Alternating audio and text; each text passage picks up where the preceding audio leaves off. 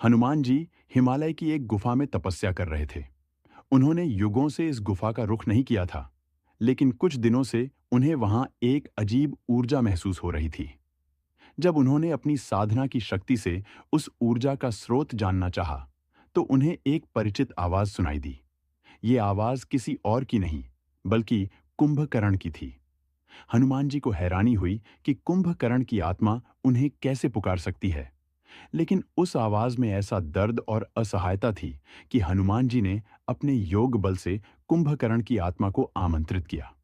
कुंभकर्ण की आत्मा प्रकट हुई और उसने कहा, पवन पुत्र हनुमान, मुझे मदद की जरूरत है।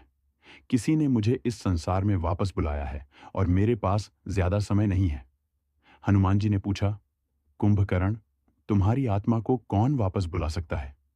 कुंभकर्ण ने जवाब दिया, मुझे नहीं पता, लेकिन एक जादूगर ने मेरे शरीर को पुनर्जीवित करने का प्रयास किया है, ताकि वह मेरे बल को अपनी शक्तियों के लिए प्रयोग कर सके। हनुमान जी और कुंभकर्ण की आत्मा जादूगर की खोज में निकले।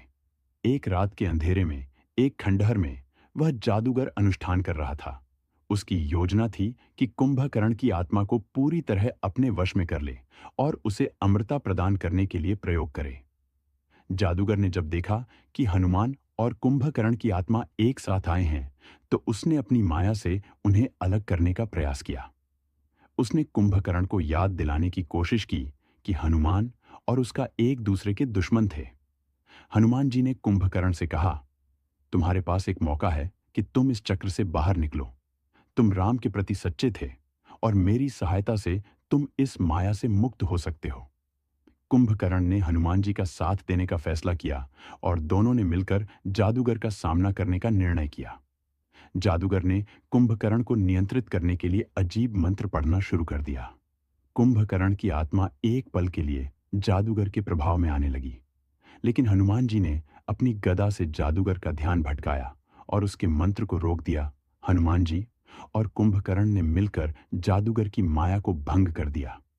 जैसे ही जादूगर की शक्ति समाप्त हुई, कुंभकर्ण की आत्मा मुक्त हो गई।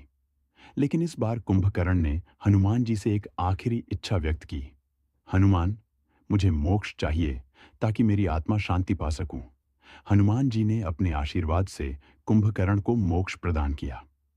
कुंभकर्ण की आत्मा ने आभार व्यक्त किया और धीरे धीरे वह प्रकाश में विलीन हो गई। जंगल फिर से शांत हो गया और हनुमान जी अपनी साधना में लौट गए, इस सोच के साथ कि उन्होंने एक पुराने मित्र को सदियों बाद अंतिम विदाई दी है।